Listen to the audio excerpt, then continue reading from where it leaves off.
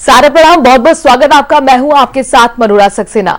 विपक्ष से बीजेपी को कोई फर्क नहीं पड़ेगा, ये कहना है लखनऊ पूर्व से उम्मीदवार बीजेपी प्रत्याशी आशुतोष टंडन का। उनका कहना है कि विपक्ष चाहे अकेले चुनाव लड़े या फिर मिलकर, बीजेपी पर इसका कोई असर नहीं पड़ने वाला। खास मुलाकात में उन्होंने अवध शहर के काया पलटने का वादा किया। पेश है सारा समय के एसोसिएट एडिटर आलोक गुप्ता ने आशुतोष टंडन से जो बातचीत की आपके सामने।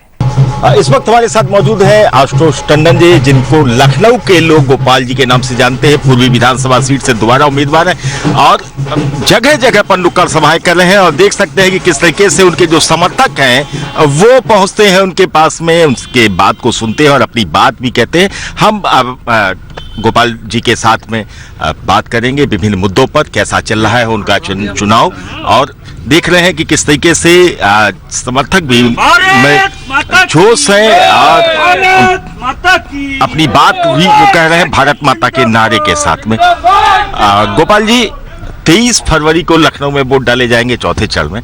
कैसा चल रहा है आपका चुनाव? क्योंकि मैं देख रहा हूं कि समर्थन तो आपको बहुत मिल रहा है। देखिए, 5 साल में योगी जी के नेतृत्व में प्रदेश सरकार ने जो प्रदेश को तेजी से विकास की ओर ले जाने का काम किया, कानून व्यवस्था को चुस्त दुरुस्त किया, जो प्रदेश उसकी गणना एक बीमारू राज्य में होती थी और अब देश में उत्तम राज्यों में उत्तर प्रदेश की गणना होती है। जिस तरह से कोरोना कंट्रोल का काम किया, स्वास्थ्य सेवाएं बढ़ाई, हाईवेज बनाए, जो इंफ्रास्ट्रक्चर डेवलपमेंट हुआ, ट्रेड एंड इंडस्ट्री का डेवलपमेंट हुआ, जनहित की योजनाएं लागू हुई, तो जनता का पूरा भरोसा भारतीय जनता पार्टी और उसके नेतृत्व के प्रति है और लखनऊ की सभी सीटें भारतीय जनता पार्टी जीतने जा रही है। आप बिल्कुल सभी सीटों की बात कर रहे हैं, लेकिन मैं पर्टिकुलर इस वक्त आपसे आपकी सीट की बात कर रहा हूं, जो लखनऊ पूर्वी है, जहां से आप एक बार फिर से उम्मीदवार हैं।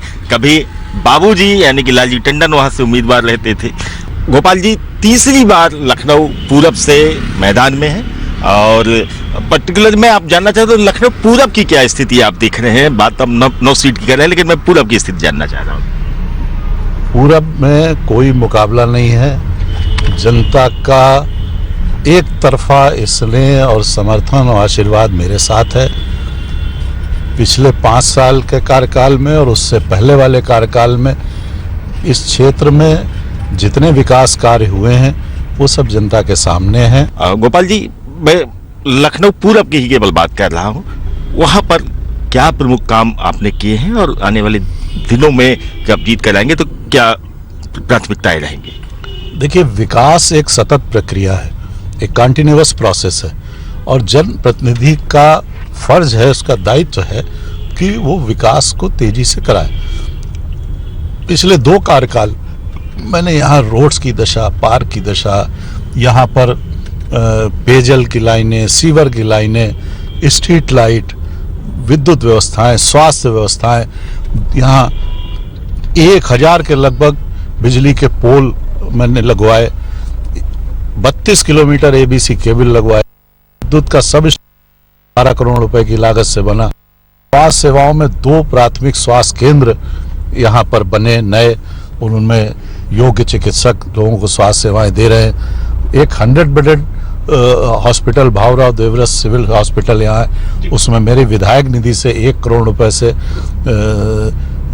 एक ऑक्सीजन जनरेशन प्लांट लगा, 20 लाख रुपए से उसमें पाइपलाइन लगी, 20 लाख रुपए की एक डिजिटल एक्सरे मशीन उपलब्ध कराई गई। तमाम काम हुए हैं। आने वाले 5 साल का क्या रोड मैप रहेगा? इसी काम को और तेजी से गति प्रदान की जाएगी और जो भी जन समस्याएं उनको दूर करने का प्रयास किया जाएगा।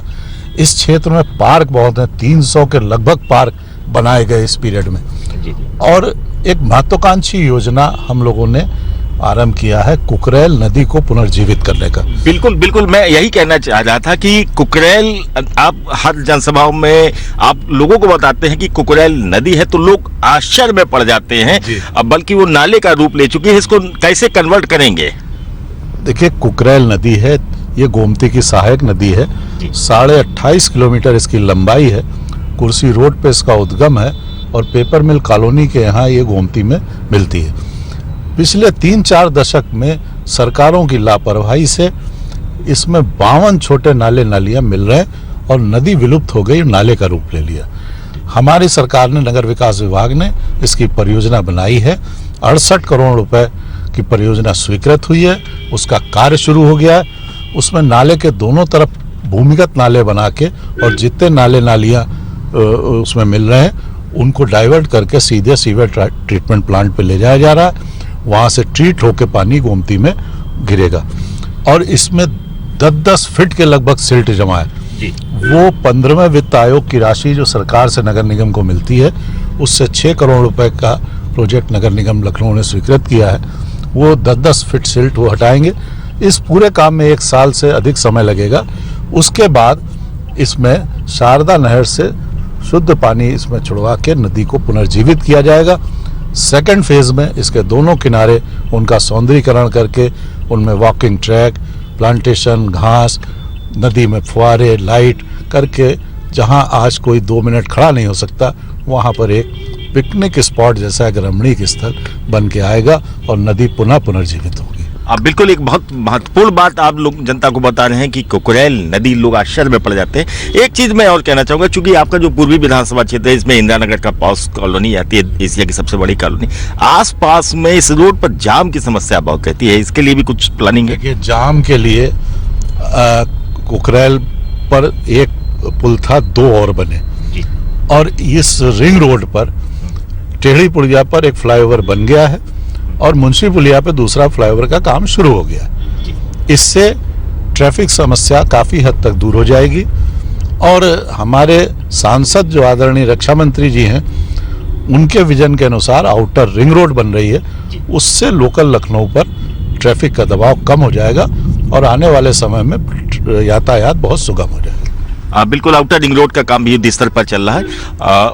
मैं टंडन जी जानना चाहूँगा, आज पहले चरण के लिए वोटिंग थी, पहले चरण का मतदान हो चुका है। 58 में से 53 सीटें पहले 2017 के चुनाव में आपके पास थे। इस बार क्या देख रहे हैं, जबकि किसान आंदोलन का कितना इम्पैक्ट आपको नजर आया? देखिए, वो एक मुद्दा है, लेकिन बहुत से मुद्दे ऐसे हैं जो भारतीय जनता पार्टी की तरफ मतदाता आशा भरी निगाह से देख रहा और मुझे पूरा विश्वास है पहले से ज्यादा सीटें भारतीय जनता पार्टी की आएंगी। आपके मैंने कई मीटिंग्स देखी हैं, एक खास बात देखने को मिल रही है, अपना काम आप बाद में बताते हैं। मोदी जी ने 8 साल में, 7 साल में क्या किया, योगी जी ने क्या किया, इन चीजों को के साथ ही अपनी बात रखते हैं, लेकिन पहले उनकी बातें रखते हैं। खास तौर से मोदी जी की कौन कुछ सी प्रमुख बातें आप रख रहे हैं?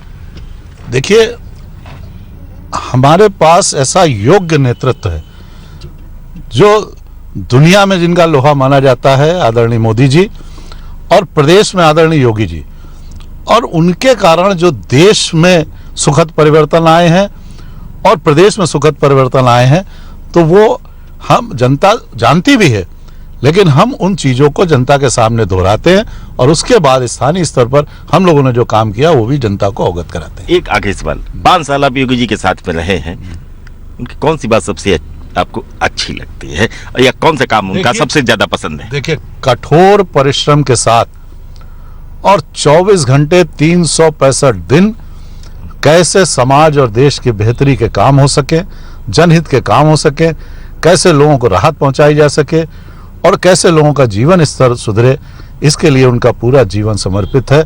मैं इससे बहुत प्रभावित हूँ।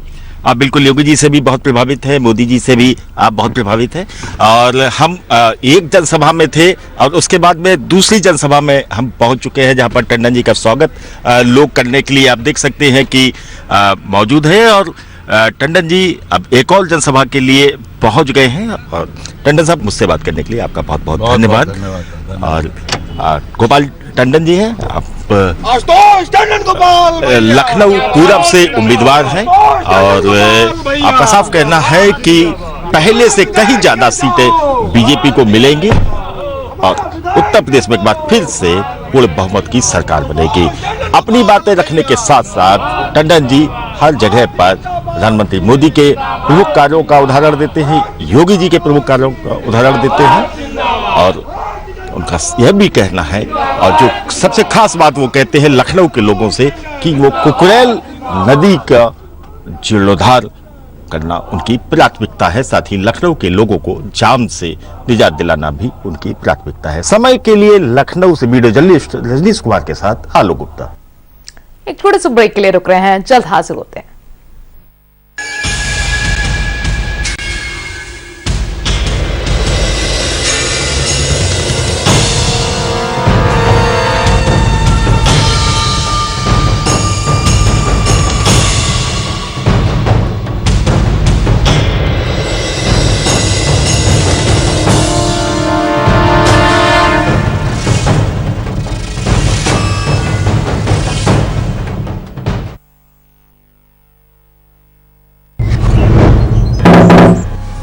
गन्ने का स्वाद जितना मीठा उतने ही कड़वे दिन देखे हैं हम गन्ना किसान। शादी ब्याह पढ़ाई दवाई कहाँ से करते हैं हम, ऊपर से औने पौने दामों में चीनी मिलों को बेच के चले गए वो लोग। भैया भाजपा के आने से 46 लाख किसानों को गन्ने का बकाया भुगतान हुआ है। एमएसपी बढ़ी है, बंद पड़ी चीनी मिलें शुरू हुई सो अलग। अरे वो गन वाले हम गन्ने वालों का दर्द क्या समझेंगे, हिसाब लगा लो। कमल का बटन दबाएं, भाजपा को जिताएं।